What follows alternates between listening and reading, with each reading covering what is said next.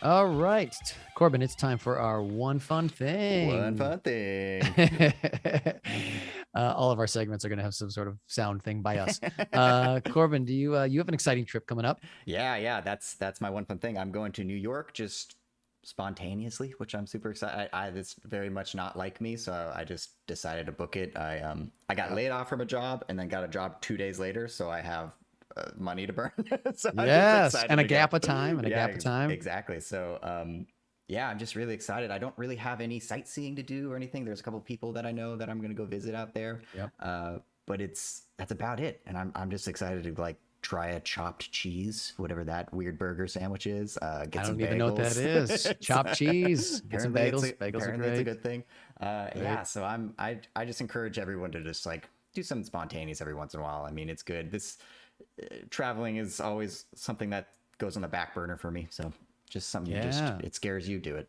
I love that you're making the time for it. Maybe see a show or something if it comes up. You get Yeah, some half price ticks or something. for Yeah, sure. that'll be cool. Awesome. Well, bringing up New York, I did a play there a couple years ago now, but I was there was a coffee shop right around the corner that was called The Bean, which I really like. There's a couple of them, I think, Mm. and it's I don't think it's on. I mean, I really like it, but it wasn't like on the list of like trendy. It's not trendy. It's kind of more like I don't know, mom and poppy it feels. Mm. But I really enjoyed when before I'd go to the theater, I'd stop there and get a little something to eat and a coffee. Um, but then when I just looked it up, Corbin, because I was like, you got to go to the Bean. It's right by St. Mark's. It closed. And I was like, oh Oh no. So no. so there's a couple other ones. And it was like kind of sad looking on their website. They're like, we're being replaced by a Starbucks. I was like, oh no, like what's going to the Bean's disappearing. There's some disdain on So that yeah, website post. there definitely is. There definitely is. So if you get a chance, if you walk by the Bean, either stop in or give them a little nod. Mm-hmm. I'm sure there's a lot of I know there's a lot of coffee shops there, but that was just kind of a little bit nostalgic. So when you mentioned New York, I thought of that. So, but you're gonna have a great time, man. I'm Yeah. excited for you. But if people out there have coffee favorite places, let us know. Give us some feedback. We're Yeah, gonna for sure. like hearing about it. I like checking them out. So. Hello, everybody, and welcome to the Moving Spotlight podcast. My name is John Ruby. I'm here with my main man. Corbin Coyle. Hey, everybody. All right, Corbin. Today we are joined by Sean Muramatsu, who is an actor, working actor, and certified professional life and success coach. Worked on such shows as S.W.A.T, Young and the Restless, For All Mankind, which we'll be talking a little more about. Can't talk everything about, but because it's top secret. Welcome to the show, Sean. How you doing? Oh, so awesome. Thank you very much for having me. Of course. Yeah, we're excited for you to be here. We want to dive right in, and I'm just curious how your journey, how you got started in acting in the artistic world.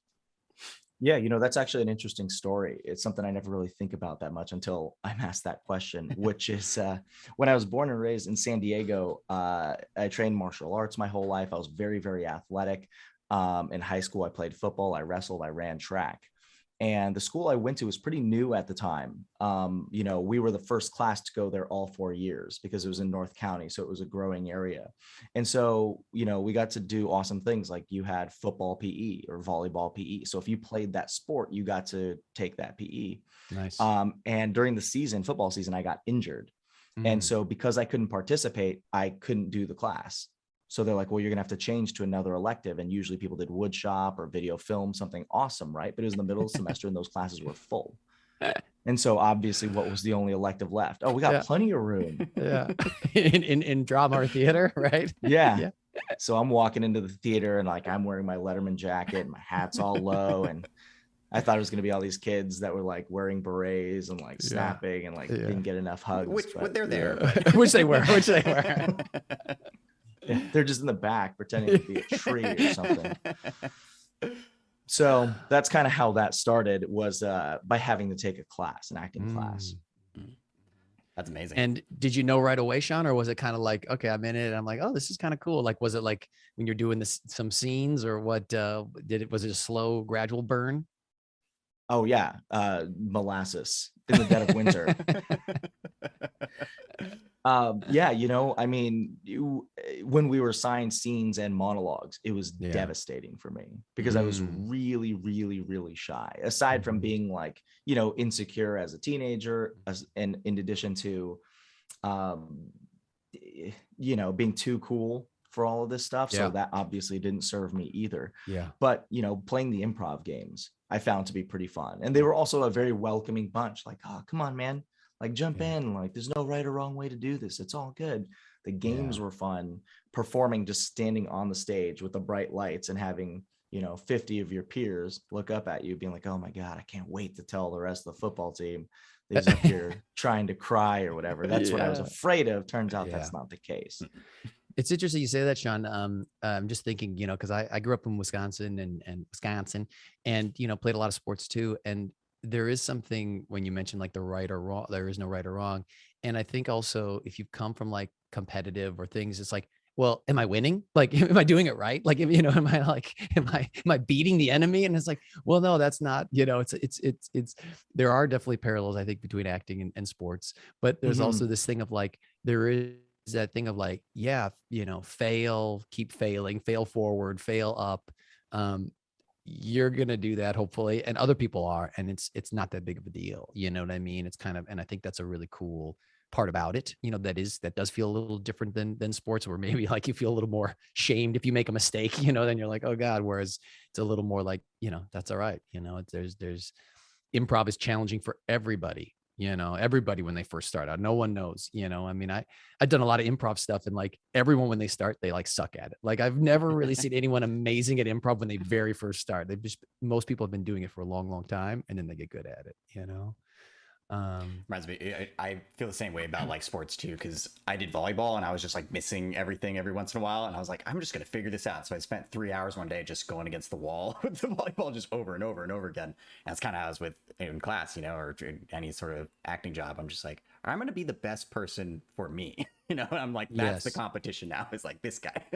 Yeah, I think that's great, Corbin. I think that's great. And it's also like that checking in with yourself and saying, okay, here's where I'm at. What can I do to like elevate, in a sport or even in acting, or an artistic way? It's less about, well, that person has a 42-inch vertical, you know what I mean, in volleyball, and they're like spiking it straight down, Yeah. and it's like, well, that's not really, that's not my thing right now, and that's okay, that's all right, Sure.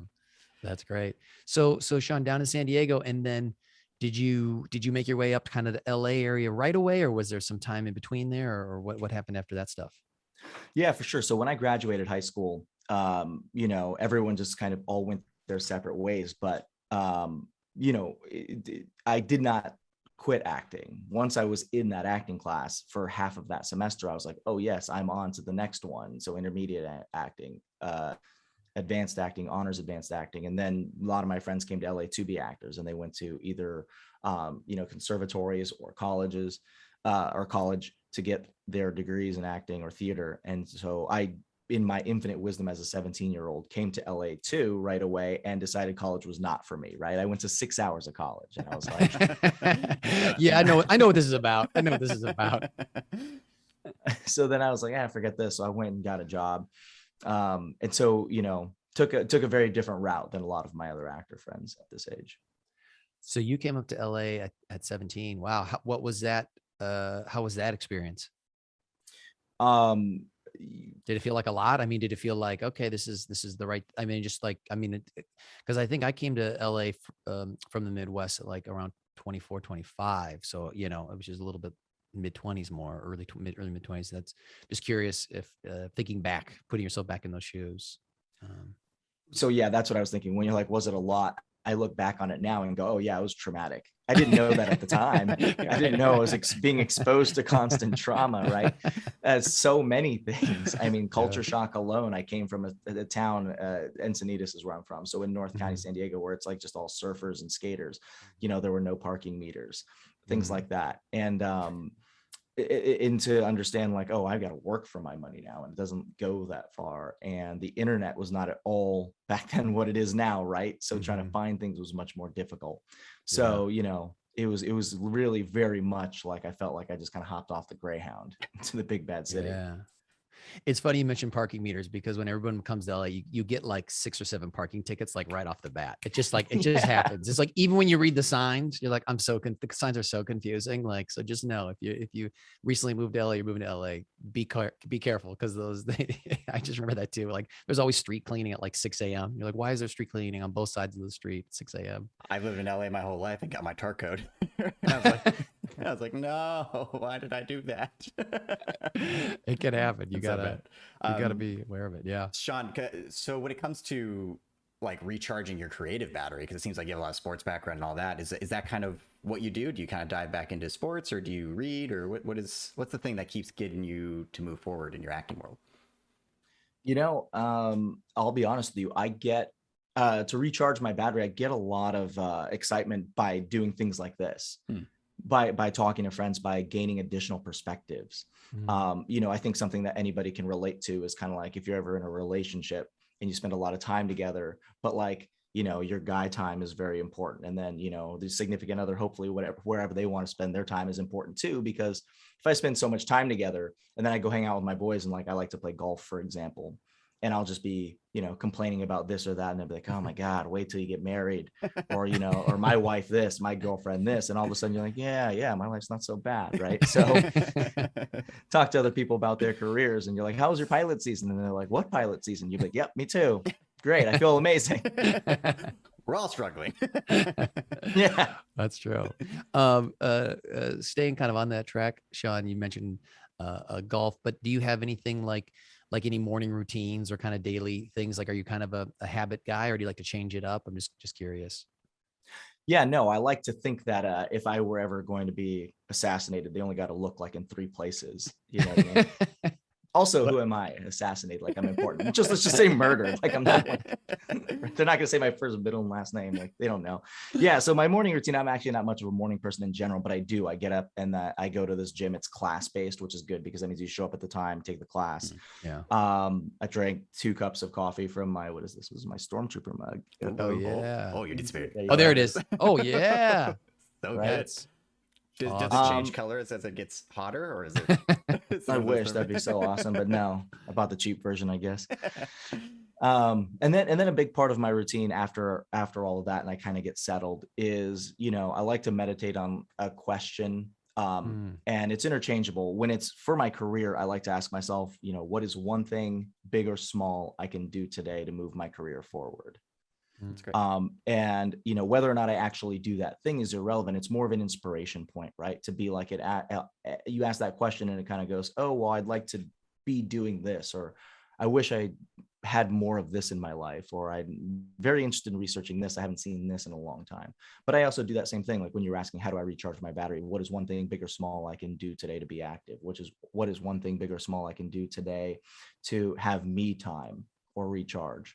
So that's a big part of my morning routine. That will be the end of it, but that's the biggest part of it, right? They say that meditation is the 1% of your day that sets the tone for the other 99%. I love that. And when you meditate, just because I'm curious, and do you try to set a time for that? Do you put a little music on? What's your kind of process for getting into that?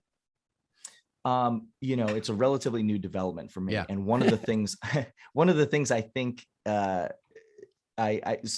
you ever heard that thing? There was a meme going around where like every time I meditate, you hear like DMX's like song in the background, you hear like the Reading Rainbow theme song in the background, and you're thinking like 3 thoughts. That was me almost my whole life. Every time I've tried to meditate, and I put a lot of pressure on myself to not do that. Like, oh gosh, this isn't working. I'm supposed to clear my mind, stop thinking. And a big part of my meditation is just allowing that to be what it is, and eventually it kind of goes away. Then when I set a timer, I use apps for it, like Headspace or Calm or something. I don't know if I'm not supposed to say that. I'm not pitching those things. No, that's all right. That's okay. But those are the ones that we're looking for sponsors, Sean. So that's great. Headspace, at Headspace, at Calm. I love that. Yeah, I did a week-long meditation retreat actually down by San Diego.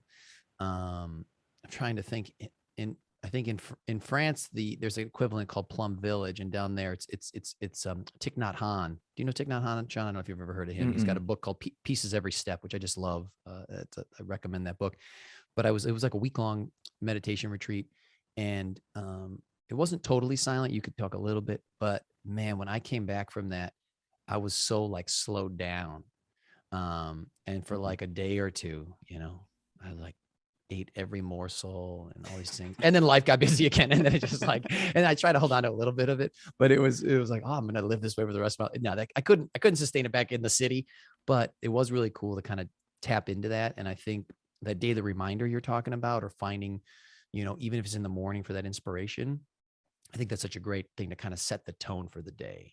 You know what I mean? So it doesn't feel like sometimes I see it as like the day is like a big wave, almost like you talk about surfing. All right. And you're the person in front of it, and you can either stand there and the wave will push you through your day, or you can kind of try to get in front of the wave a little bit, because that wave is going to be, you know what I mean? It's going to be pushing you through that day. And so I think, I love that, Sean, kind of setting the tone for your day early, as much as you can. That's great. That's great. I wanted to ask you, just so you also like a certified professional kind of like life coach. Is that kind of the world that it's in? Yeah. What I'm just curious about that, and how you got involved with that, and yeah.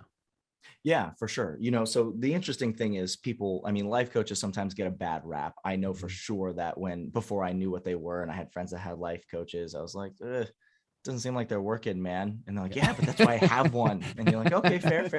And you just think it's somebody who kind of like tells you what to do, or like the guy who did figure out a way to do it in the big city where they just enjoy every morsel. Right. They just slow down, right? Like they got the Neo, right? They're just seeing the Matrix, man. Yeah.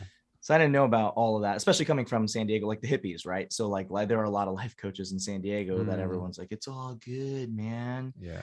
It's like, so eventually, how I got into it was my acting teacher had an acting studio. He and I had a great rapport, and I left to go certify in something else because it took a lot of my bandwidth. And when I came back to the studio, he was gone.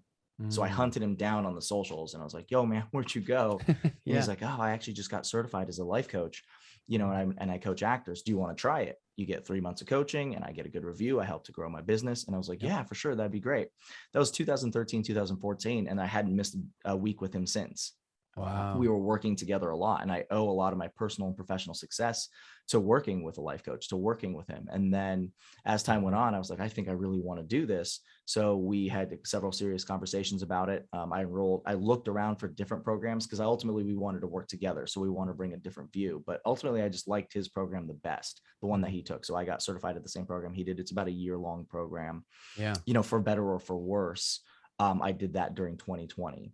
So I had nothing but time to focus on that. And I got a tremendous amount of coaching and experience in, which is great. And so, when people think about life coaches, there's no governing body. No disrespect to you guys, because you guys are amazing, but you could be like, I'm going to be a life coach now. Yeah. And you can hang the shingle, right? And you may have tremendous intentions to do great things, but if you're not properly trained, you can also do tremendous damage, right? Yeah.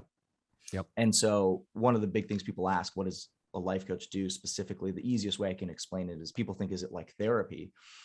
If there was somebody that was experiencing significant dysfunction in their lives, whatever that may be, that's keeping them from doing what they want to do, right? Addiction is the easiest example. So it's affecting me at my work. It's affecting me at home. That person is experiencing dysfunction. Therapists help them go from dysfunctional to functional. Life coaches help people go from functional to optimal. So you're just not as happy or as fulfilled as you could be. That's a great way to put it. Is there like, when you get a new, I don't know if you would call it a student, but like if you get something new into your sphere of the life coach, what do you ask them to like kind of just dissect exactly what you're talking about, being able to go from a more like this state that you're already at to optimal? Like what is the first question? Yeah, that's a great question. So, they're my clients. Right. And so when I'm onboarding a new client, the first thing I'll ask in general is, what, if anything, do you know about life coaching? Just to kind of see if we're on the same page, because this is the thing. And by the way, there are a bunch of different modalities of coaching. So the one that's why we may not be a good fit.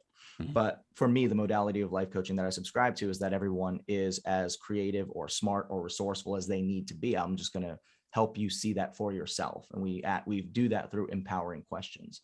Right. So then if I say, what, if anything, do you know about life coaching? If they feel like, oh, yeah, you're just going to tell me all the good stuff to do and then I'll go. Yeah, that doesn't work. Right. So that's one of the first things we really get clear on, is understanding that I don't give advice because that's only my experience. It may or may not work for you. But if I give it to you and it works, then you're dependent on me. And if I give it to you and it doesn't work, then you've eschewed your own accountability for yourself. And you'd be like, well, I wasn't going to do that anyway. Sean told me to do it. And he's a fraud. But beyond that, it's kind of like a good thing I like to start with is an example, and I'll just make it, an exercise, and I'll make it very short for you, right? But it consists of 3 questions. And we say, let's just say a year from now, we're popping bottles, tray pass hors d'oeuvres, surrounded by the ones you love, massive party, we're celebrating things that you've accomplished. What would that be? And they'd be like, oh, well, I sold a script that I was writing on. I sold a pilot. I'm a series regular on a show. I had a national commercial that I'm making so much money. I was able to buy a condo, buy a house, which is in LA. We know is very difficult to do. Great. And when you accomplish those things, second question, how are you going to feel? Oh, I'll feel so proud of myself. I'll feel confident. I'll feel excited for my career, excited for the rest of my life. Right. Mm-hmm. And then the third question is about how long do you think that'll take? And they'll be like, realistically, I think it'll take like 3 or 5 years. What we understand is the answer to question number 1, what are we celebrating, is really the answer to number 2, right? Mm. So what are we celebrating? What are we accomplishing? That you feel confident, excited, proud of yourself. The answer to number 1, I sold my script, I booked a TV show, I'm a series regular. Those are just strategies in how we're going to achieve those things. But you see how if we don't get those things, how then we don't necessarily allow ourselves to feel proud or accomplished or confident or excited about our career. It's a little bit of the tail wagging the dog. And that's why I feel like sometimes, as actors, we like to commiserate together. It's this mean machine of, it's a meat grinder that chews us up. And it's like, oh yeah, we've been there, but it doesn't have to be that way. And then at the very end, how long realistically do you think it'll take? About 3 to 5 years. It's like, why would you wait 3 years to feel happy, confident, excited about your career, proud of yourself? We can do that today. Yeah, that's exactly it. I was told something similar where it's like, what is your purpose is like the big question. And your purpose isn't like everybody thinks, oh, if I accomplish X, if I accomplish whatever. But no, it's just, am I happy today? Am I happy tomorrow? Am I going towards the direction? Which that's what I like about I wake up and I decide, what can I do to increase my career today or increase happiness today? Yeah, that's beautiful. I like that a lot. Well, this is the thing is that's why. So life coaches, like as a certified life coach, I can work with anybody. And you can see how with empowering questions, I don't necessarily need to know anything about what you do, right? Mm-hmm. But if you niche down, then you actually serve what you love. I love actors. I myself am an actor. So I love working with actors because I feel like there's a tremendous opportunity to help actors fortify themselves and create a greater mindset and raise the overall consciousness and excitement, right? Mm-hmm. And gratitude for what we do. And so working with an actor who is also a life coach, we also understand that there are technical sides to it, right? Like, what is your purpose? Well, what we do know is if you are acting every single day and you're not really getting what you want, and you want to be an actor for what, 10 years? This is the thing we chose, right? Some people put a timeline on it. If I don't be famous in like 3 years, then I'm going to leave. Then we're going to have a very different conversation. Excuse me. But I'm going to act for like the next 10 years of my life. It's like, if you're not feeling those things, if we can't find a way to find those things every day, this is going to be a very long 10 years of a career, right? Yeah. Sean, let me ask you with that. I love all of that. I was kind of enraptured there just listening to it. I think it was great. One of the things that I heard you say early on that you've done, and I've seen in Corbin, and I know like certain things have shifted, like even in me, which is like a commitment to something, right? Like be like showing up consistently. And, and I'm just kind of thinking, I think it's kind of an interesting idea where, people that maybe lily pad around at different things and they kind of aren't sticking with it. And I've seen, the growth that people can have, whether it's in athletics, whether it's in acting, whether it's in their life, when they make a commitment and stick to something. And I'm just curious, I'm kind of thinking about the different ways. Sometimes it helps, like you said, a class being accountable to others is a great way to do that. Sometimes deadlines.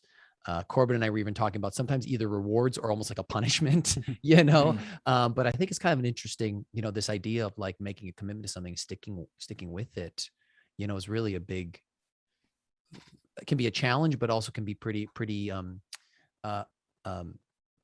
awesome when you learn to step into that. Any thoughts on that? Yeah, I agree with you. I mean, that's a really, really great question. And that is something absolutely that I would be coaching clients on, right? Because on one hand, they'll be like, I really want to focus on this thing, but let me start it by saying this. It's never the how, right? It's never the how. For example, January 1st comes. I'm going to work out 5 days a week. I'm going to eat better, drink more water, drink less alcohol, and sleep more.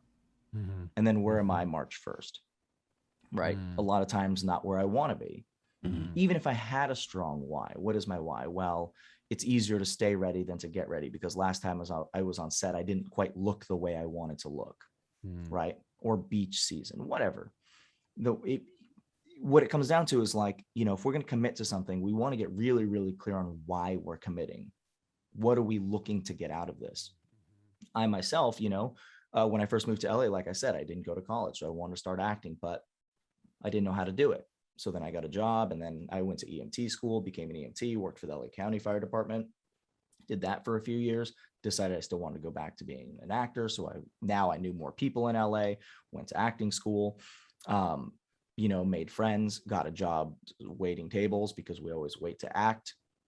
Doing that, just kind of fell in my lap, but I got really interested in wine, became a certified sommelier, was working, right? This whole time I'm doing all of these things. I always feel like one or the other was my mistress, right? When I'm doing these things at a very high level, excuse me, like I was working as a somm and I was working at a Michelin star restaurant, and there's people that's all they want to do with their lives. And then I'm also here acting, and that's all they want to do with their lives. And I'm here doing both. And I felt tremendous guilt, right? It's like that, don't half-ass two things, whole ass one thing, right? That's the name of this episode, whole ass something. I love it. But then I kind of thought, as an actor, as an artist, I'm sitting here, why am I putting so much pressure on myself? And it's personal to everybody. But for me, I realized the more interesting I am as a person, the more interesting I am as an actor or as an artist or a creator. And so I actually put less emphasis on the things that I did. And when you say, maybe commit to one thing, that's what I committed to, was finding ways to express myself that lit me up. That's what I was committed to. Yeah, I love that. I love that idea of what lights you up. And I think that's so important for people to find. And I also feel like, especially right now, what's interesting with we're still in the throes of the pandemic and stuff. It feels like things are dulled, if that makes sense. I feel like everything's still a little grayer, and I don't know if that's because, travel still feels a bit restricted in certain sense. I know it doesn't stop Corbin. Corbin goes wherever he wants. I'm just leaving. He's off to New York later. We're going to hear about that.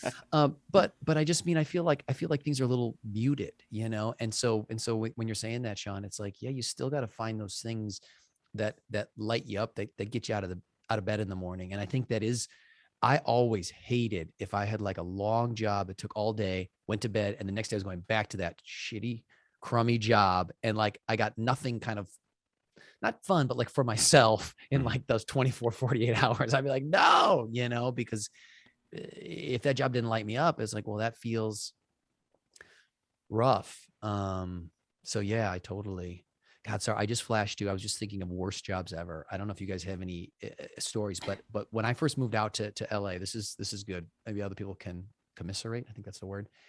I got hired as a temp. I think it was a Wells Fargo on Wilshire and Westwood Boulevard. It's maybe still there. And they hired me, and I showed up, and what they wanted me to do was stuff letters into envelopes all day for like 8 hours, like letters into envelopes, which, here's the thing, maybe wouldn't be that bad. I mean, it is mindless. First of all, podcasts were not around then, but also they didn't have a room for me. So I was like in the lobby. So everyone's coming in, and there's just like a table, and I'm just like, so it was like, not only was it like just terrible work, but it was like demoralizing a little. It was demoralizing, 100%. I was like, and then like 2 weeks later, they called the temp agency, like, we love Johnny, great attitude, can we bring him back? I was like, hell no. I'm like, I need money, but I can't do that. So sorry, that was a little sidetrack. I don't know if anyone else has any fun, bad work stories, but oh man, I flashed to that, and PTSD from that. I guess. Just funny. It looked like bring your kid to work day. Yeah. Like some banker out there brought his kids, like put them to work. Exactly. Actually, it would have been better shot. I'd be like, yeah, I'm the CEO's son. Yeah, I'm just doing this for college. Yeah, that's a good point. Good point. I'm gonna transition a little bit here, because sure. We have this segment we like to call brag time. Brag time. Time for Sean to brag. So just kind of having a moment for you, because we often are told to, suppress our egos and like not, brag too much about what we do and all these things. It can be, Grateful, hashtag humble. Exactly. Which is also good, but it's just kind of giving you the floor to talk about. It doesn't have to be acting related. It can be acting related, but like what is something that you feel tremendously awesome about? Like that's something that you feel you've accomplished recently, or doesn't even have to be recently, just something you want to brag about. That's changed a lot in a very, very short period of time. During the pandemic and just sitting here like staring out the window for about a year. But the thing that I'm proud of is how far I've come for myself in terms of mindset, right? Mm-hmm. Like if my head is the computer and my brain, there's software running on it, but we don't always know where that software came from. And so by, going through a coaching program and understanding kind of where my mindset is at and why is it the way it is and why do I think the way I am, and then being able to coach other actors, help them find that for themselves, they're finding tremendous success out there. So by this point, I've been working with actors with my mentor through his company. There are a lot of actors that every day we're getting letters or posts or tagged in something. It was, oh my gosh, I booked this thing, or finally got in the office I wanted to, or I finally got a great rep that I love that I never thought anybody would want me. I didn't think I was worth repping. It's extremely gratifying to see that, the industry, if we left right now, there would be no pomp and circumstance, right? There'd be no like, bye Sean, thanks, thanks, it was good for all the stuff, right? And it's like, I'm sentimental, so like that bums me out a little bit, but it's also empowering to know that I get to give whatever value I want to the industry, but I'm also allowed to ask for value back. Mm-hmm. Right. And so to be able to help actors be able to find that for themselves, I'm really, really proud of that. I didn't think I would ever end up here. I didn't ever think I would feel this way. There was a part of my life that was pretty dark and depressing about being an actor, being like, is this ever going to work? Am I ever going to make it? Right. And so to feel the way I do now, to find a quality of life that I'm proud of, that's what I'm most excited and proud of myself about. I love that. And I love Sean, it's kind of cool. It's like, it feels like a maturity or evolution where you can win through others' wins. You know what I mean? Yeah. And I think that's an interesting thing when whether you're in LA or New York or Chicago and you're kind of grinding away and you're just like, you kind of got to be self-focused because you're like your own business, no matter what, whether it's acting or other artistry. And I think it's like, well, I got to figure this out for myself and I got to do this. I got to pay the, but it's cool when you can get wins through others, you know what I mean? And I think that's a really neat thing. And it does help. And it kind of opens up that circle or that sphere around you, that's great. That's a great brag time. Thanks. It is. Awesome. I want to just jump back just a little bit. You mentioned it kind of in passing, but have you, your EMT, all that, have you used that in the acting world at all? Or has that come up? Or, I'm curious a little bit more about kind of some of the acting stuff you've done that you're excited about, whether it's that or not, like working on S.W.A.T or any things like that. Yeah. What's interesting is not at all. And that's the thing that honest answer. Hashtag honest. We are being honest today. I like it. Good. That was going to be my thing. That's how I was going to break in. I wanted to be on, like, at the time, like Cold Case. Remember, I wanted to be on Cold Case or CSI, NCIS, things like that, and play an EMT or a paramedic or a firefighter. And that was going to be my thing, dialogue heavy. And it never really worked. Although I will tell you that when I was working as an EMT, because I worked for the LA County Fire Department, there is an LA County station on Universal. And so you can work that special detail and you can work as a set medic. And I worked as a set medic on a bunch of things, but I got to work on War of the Worlds and I got to irrigate Tom Cruise's eyes. Whoa. Wow. What does that mean? Irrigate. I'm curious. I want to hear about this. So like if you got, go ahead. I don't know what I'm talking about. I have so many questions. I don't know what I'm talking about. I do. Yeah. So, spoiler alert for anybody that hasn't seen the movie, I don't know, but or movie magic. It's been 20 years. So, but so there's a time where he runs into a building from the street and like a car gets thrown in through the window and somebody else is running. And that other person running towards him is a stunt man and he's holding this puff. And so Tom Cruise basically runs in clean because he's from the outside, bumps into this stuntman. It's like, it's supposed to look like chaos, but he gets this puff, bricks are falling. And so when he comes out the other side, he's all dusty and like, you know, trauma, whatever. Yeah. But he hit the stuntman with a puff, and all the puff went straight into his eyes. So my partner and I, we as EMTs, we have like full access to the studio. We can go wherever we want. So during this time, I'm standing right behind Steven Spielberg. I'm in Video Village, and I'm actually kind of far away, but I hear on the radio, my partner's just chilling in the ambulance because we, you know, like bring laptops and watch DVDs and stuff. So when I see that happen, by the way, I thought I was in a soundstage. And when that happened, both of all four walls fall to the ground. The ceiling goes up on a crane, and we're in the parking lot that's like on the edge of the parking lot overlooking Toluca Lake. And I hear on the radio, you just hear TC is down, TC is down. You see like 3 Wranglers run in, pull all the extras who knew exactly what to do, by the way. It was like one of those, in case something bad happens, they all went in like 3 single file lines, like stood over here. I see TC laying down. So now I see my partner running over there with the gurney. So I'm running over with the go kit. Yeah. So I come over, and I'm patient person that day. So I'm like, hey, Mr. Cruz, my name is Sean. I'm an EMT. I'm here to help you. What happened? He goes, oh, dude, I got a bunch of stuff in my eyes. I can't see. So I'm like, all right. So now my partner grabs this little bowl and a big thing of salt water, and I'm about to irrigate his eyes, rinse it out. And this arm reaches over, grabs my arm. And I was like, what is this? And they're like, you have to preserve the costume because he's wearing a leather jacket. Oh, no way. Right. So I'm like, well, I need to irrigate He's going his blind. TC is going, I call him TC now. TC is going blind. They're like, the jacket.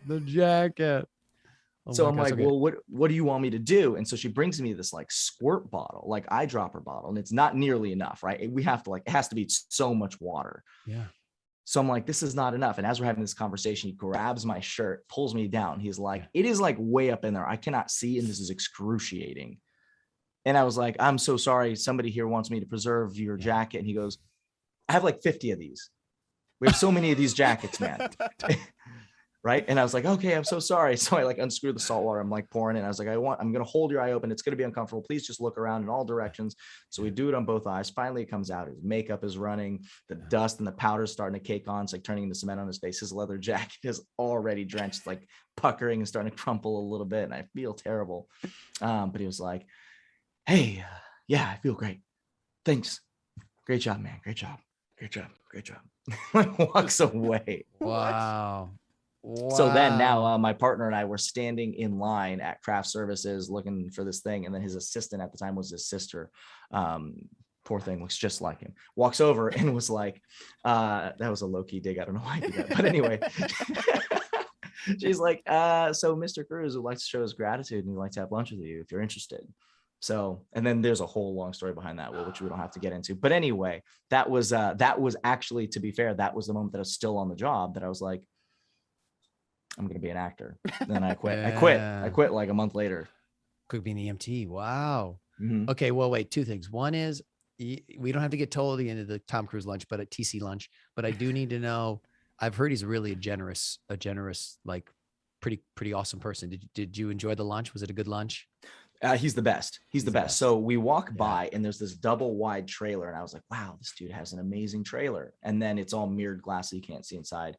And I was walking by it. We were being led and he comes out because he was like, oh, hey, you guys, thanks for coming. It actually was just his gym. That's just his gym. Like, you know what I mean? That's just his gym to like work out. And I was like, oh my God. And then I see him we go around the sound studio and then there's his trailer, which is double wide and also double tall. And you're like, that's insane. And so he has this like makeshift patio, you know, on the studio lot. It's like sound stages and like cement, but there's like this whole like bamboo fence that goes around with like turf and like a table and an umbrella and like all this stuff. And so we sit down and then he's like, just give me a second. I'm going to rinse off. He comes down, sits down. The chef walks over. He's like, what do you want to have? I said, I'll just have whatever you're having. He's like, you don't want what I'm having. It's like, okay. It's like, no, you can have whatever you want. Honestly, you can make anything. And the chef's like, yeah, I really can. So it's like, oh my God, this is so bizarre. So like, I was like, I'll have like, I don't know, some sort of steak. He's like, you like skirt steak? You like filet? I was like, yeah, for sure. Filet, grilled mushrooms and asparagus. And then the girl, my partner had swordfish, like mashed potatoes.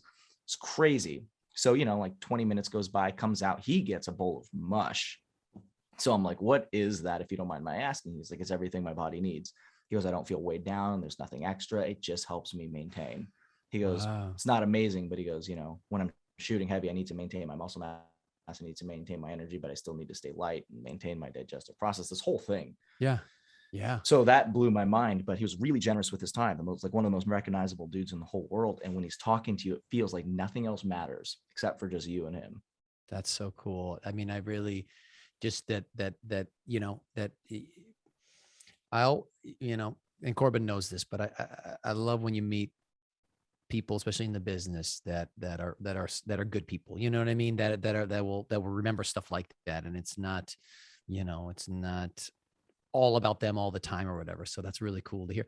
Now I got to feel like there's another double wide with like, that's a refrigerator for all that food. I don't understand, Sean, if you were like, how, like, where is all that stuff being stored? Like there must be another double wide back there with just food, like mush, swordfish, steaks. Like that's amazing. Wow. Well, that's cool. So have you played, so you have not played an EMT in a show yet? No, I'm Okay. not. Corbin, that's going to be our goal. That's going to be our goal. Sean, I'm going to call up Grey's Anatomy. We're going to chat with Grey's Anatomy. We got to get you on the, we got TC and SM. we got TC and GA. Well, that's awesome. Well, I think this is perfect time after the TC story to take a quick commercial break, and we'll be right back.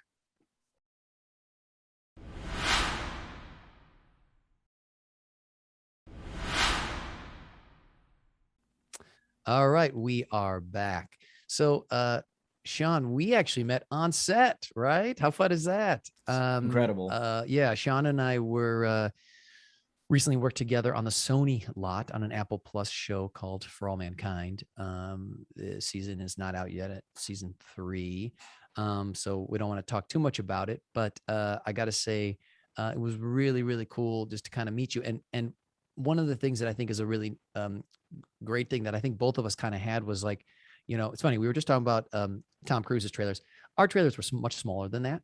And what I tell, and it's not just actors, but like people in general, I really feel like, and I feel like this is not to be sexist, but guys are especially like this.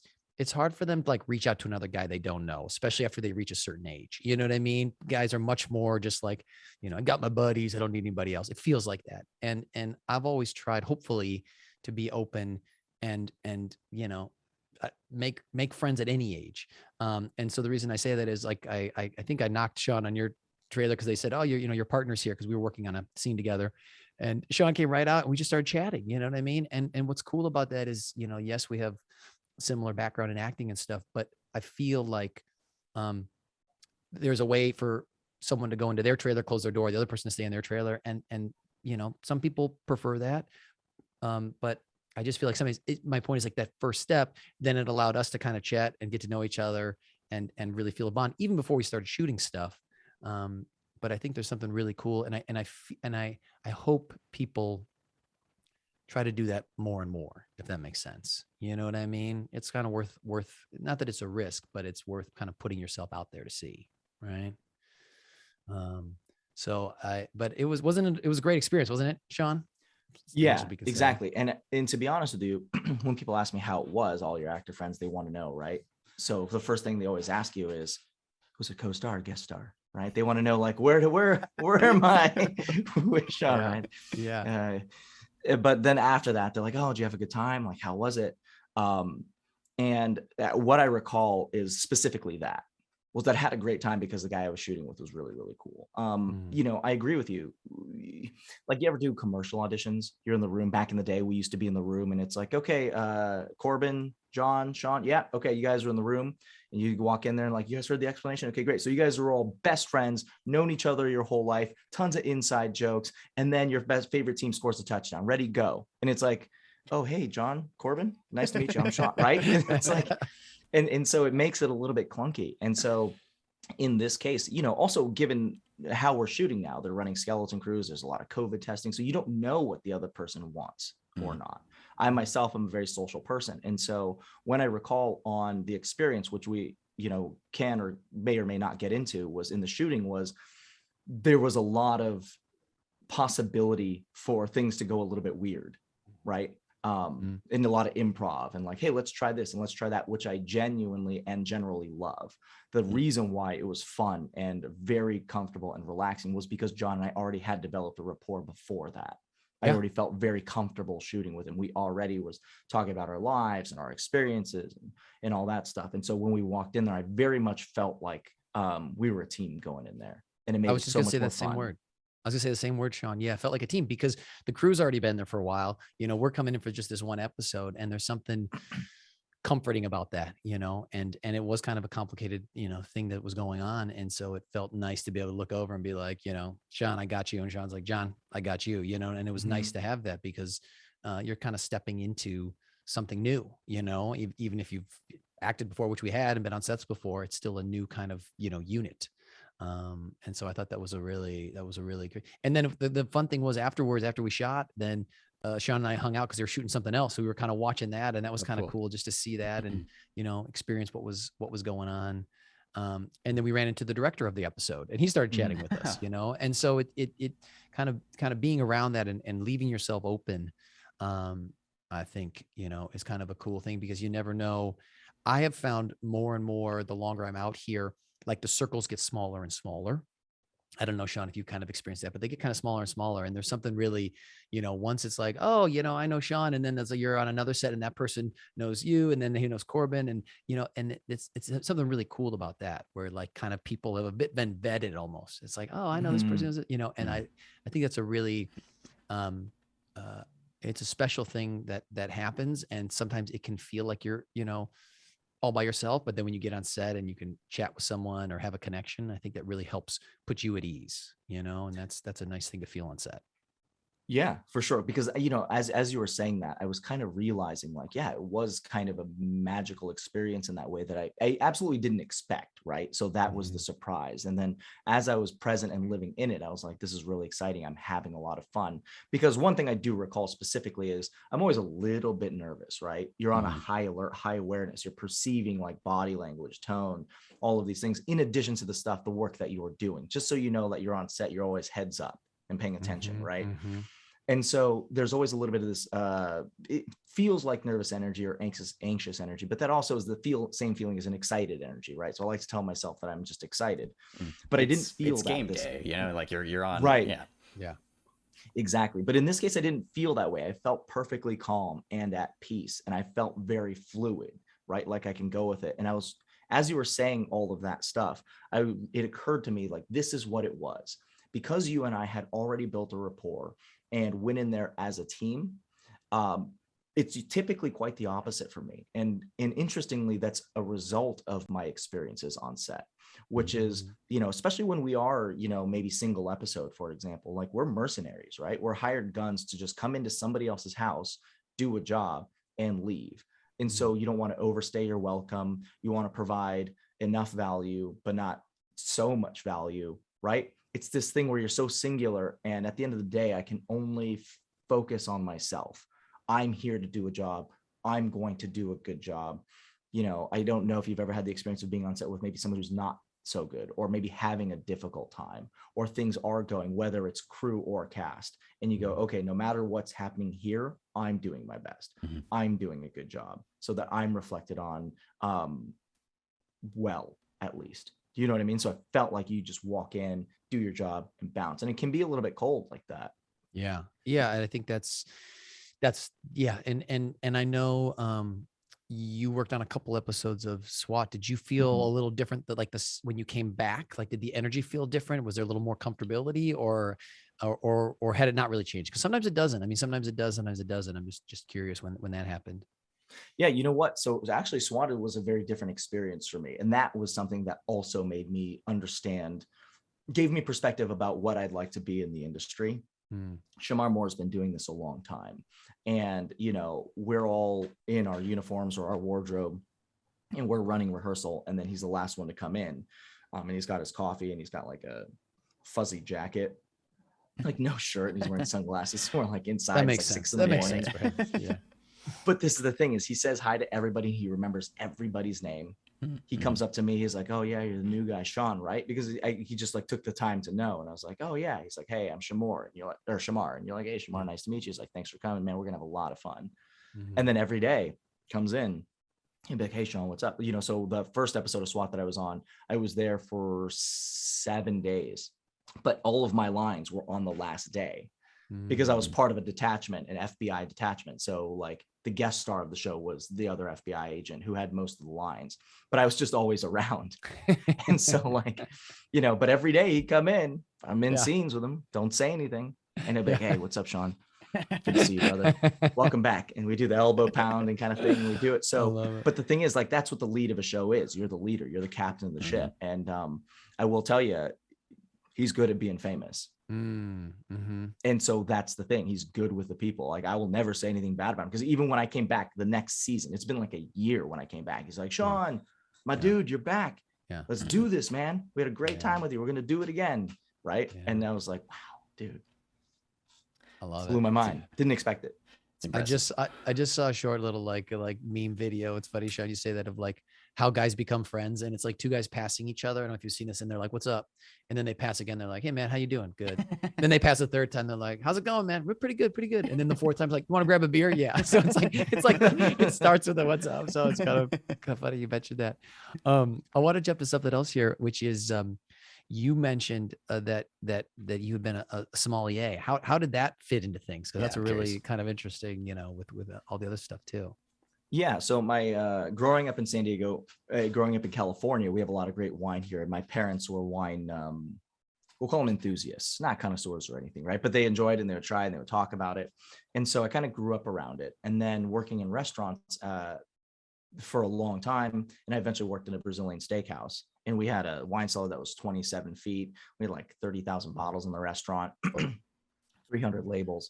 So we were selling a lot of wine, and a lot of the servers, excuse me, and managers were really, really excited about wine. And we would do wine tastings, and we'd have distributors come in. And incidentally, around that time is when that movie, I don't know if you remember that movie, Somm, came out. And it follows these master sommelier the documentary. Candidates. Yes, exactly. So it follows these master sommelier candidates around, and what it's like, what they're doing to prepare for that exam to become master sommeliers. And so I was like, that looks awesome. I would love to do that.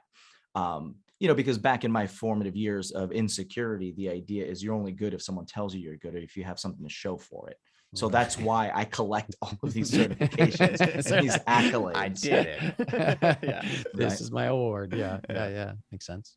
Yeah. So that's kind of how that came about. Once I saw that, and we were Googling it and seeing what that whole journey was about, you know, we embarked on that journey, a couple of friends of mine and I, and then it's not easy, man. It's really, was it really as challenging? Yeah. I haven't seen the doc, but I've seen the trailer and I know it looked challenging. It was tough. If you can watch the first one came out around 2011 or 2012. Check that one out, because then it goes further on and just kind of what the people wanted to see more about. But when you watch this first one, you'll kind of get it. And I had friends wash out because it's really, really difficult. I failed my first exam. So that's the thing I was referring to when I was in acting class.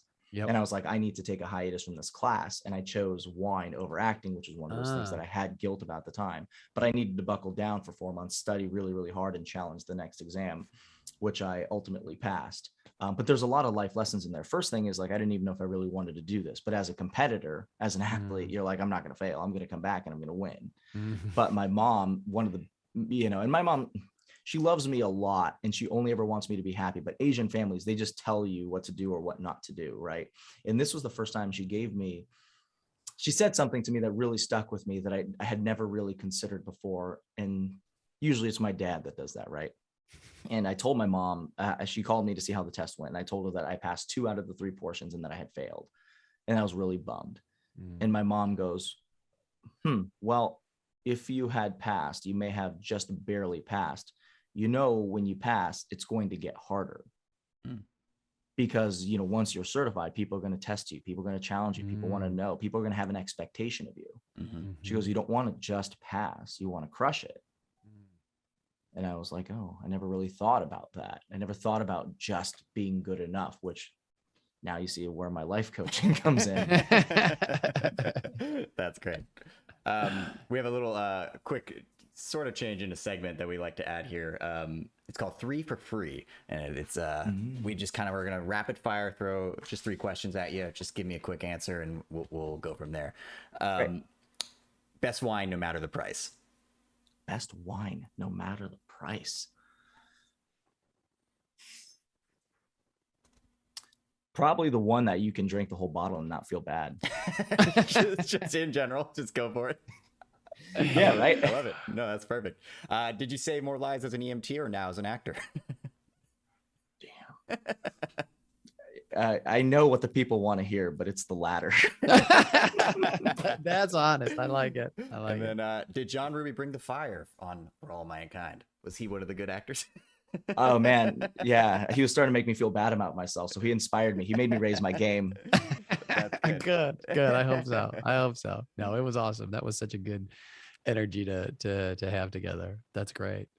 Um, uh, Sean, moving forward, like for you, kind of what stuff for you in the future? Do you have like, have you set like, I mean, goals for yourself, or when you think about kind of, what the stuff that you're looking at? I'm just kind of curious, what that brings to mind. Yeah. On one hand, I'm growing my coaching business. I love working with actors. The more success, work begets work, success Yep. begets success. And Sure. so it's spreading by word of mouth. And so being able to, I only have so many hours in the day, but I love being able to help people achieve that breakthrough, that mindset, that aha moment they have. So on Mhm. one hand, there's that side, but we also, by coaching, I gain so much insight into myself, because this is something we're talking about every single day. Now I'm realizing for myself, oh, I know where I want to be in the industry now as an actor. For a long time, you'd be like, oh, I just want to work. I'm going to do a good job, craft before everything, which is true, despite the fact that a lot of what we do, 99% of what we do until you get on the show is auditioning, which Mhm. is also marketing, right? Mhm. So that's why it's called show biz. I got the show part locked down, but the business Yeah. part. So now, part of understanding what that is do you ever see actors that get series regulars on a show and then they season or two and they're trying to get off it and they're miserable? And I'm like, but you're living the dream, Mhm. right? And it's because maybe they misrepresented themselves. Mhm. That's what happens when you're like, I just want to work. I just want to work. Right. Right. But now if I specifically target and I look and I go, oh, I really want to be on these shows. And then these are the casting directors that cast those shows. So really, I just want to get in front of these casting directors and not necessarily the industry at large. Because the more we work, the more we're telling casting or the industry how we want to work or how we want to be cast. And if I start doing a lot of jobs that maybe I don't really care for, me personally, I'm not really big on period pieces. So, but if Right. I started doing a bunch of those things and It they're like, yeah, he's our reinforces that. guy. Yeah, it Mhm. reinforces that. It's kind of a broad question, but how do you do your research? Do you just kind of do you have a starting point? Do you just like go on IMDb, see like the show that you like, and then go to that producer and go from there, or what is your plan?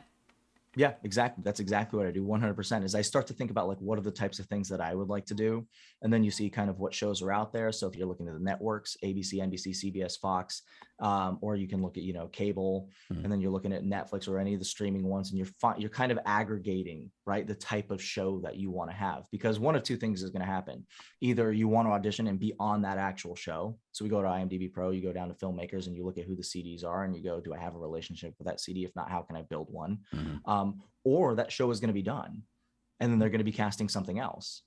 And you're like, oh, okay, great. Yeah. So that CD, they may not be currently casting, but I'm sure that they're going to be working soon.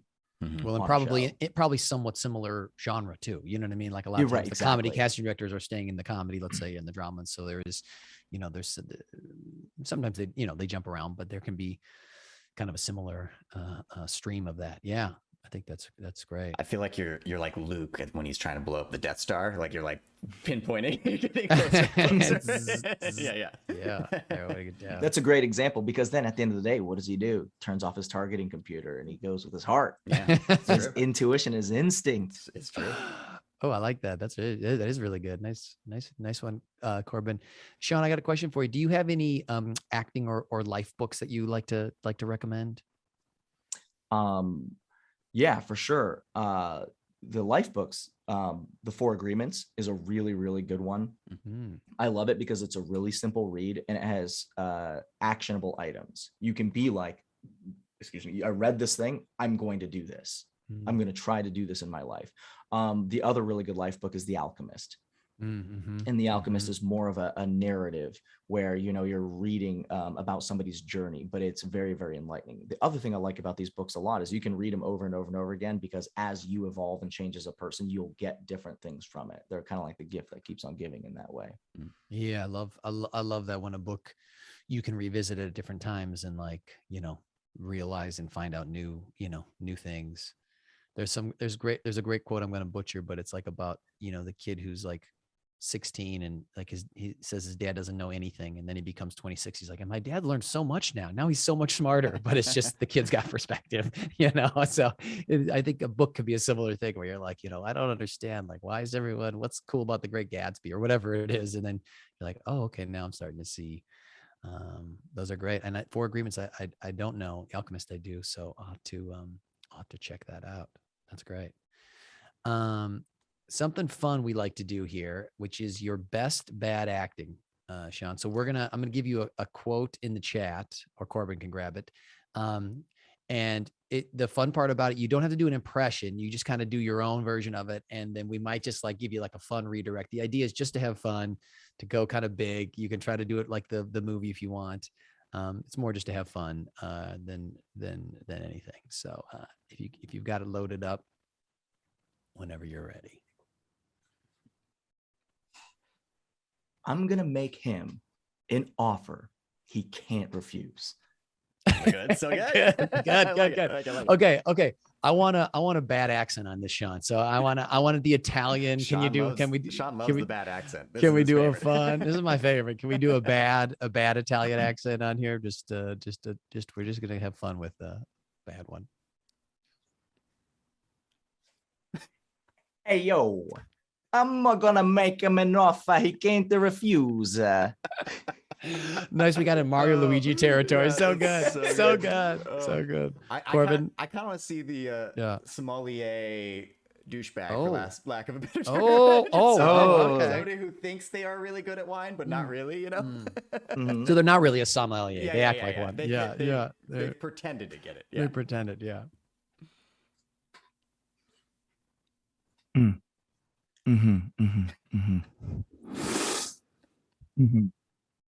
Yes.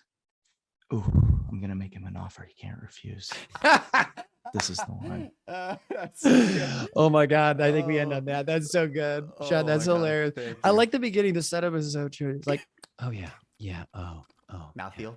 Mouthfeel. I know. Oh my gosh. Yeah. There's some tannins in there. I'm going to butcher it. I'm not going to even have fun with it, but John, that was great. That feels like the stereotypical Som in a funny way. Great. Corbin, is there anything else on our list? No, thank you, Sean, for coming on. We really, really, really appreciate it. This was great. Yeah, Sean, we appreciate your time. Thanks for joining us on the Moving Spotlight podcast. We wish you lots of success on your journey. And keep it up, man. We hope to check in with you soon and see you on the big and little screen and out there helping other actors. For sure, on the little screen together, big and little screen together. Exactly. That's true. Right. That's true for all mankind. Awesome. All right. Bye, Sean. Thanks. Bye. Thank you so much. Mm-hmm.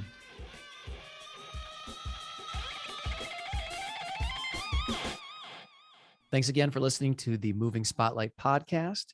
Please rate and review us on your podcast app of choice. And please like and subscribe to our YouTube channel, The Moving Spotlight. We really appreciate you and would love to see you there. Exactly. YouTube, it's new. It's cool. It's new and cool. Thanks, everyone. Thank you for listening to the Moving Spotlight podcast.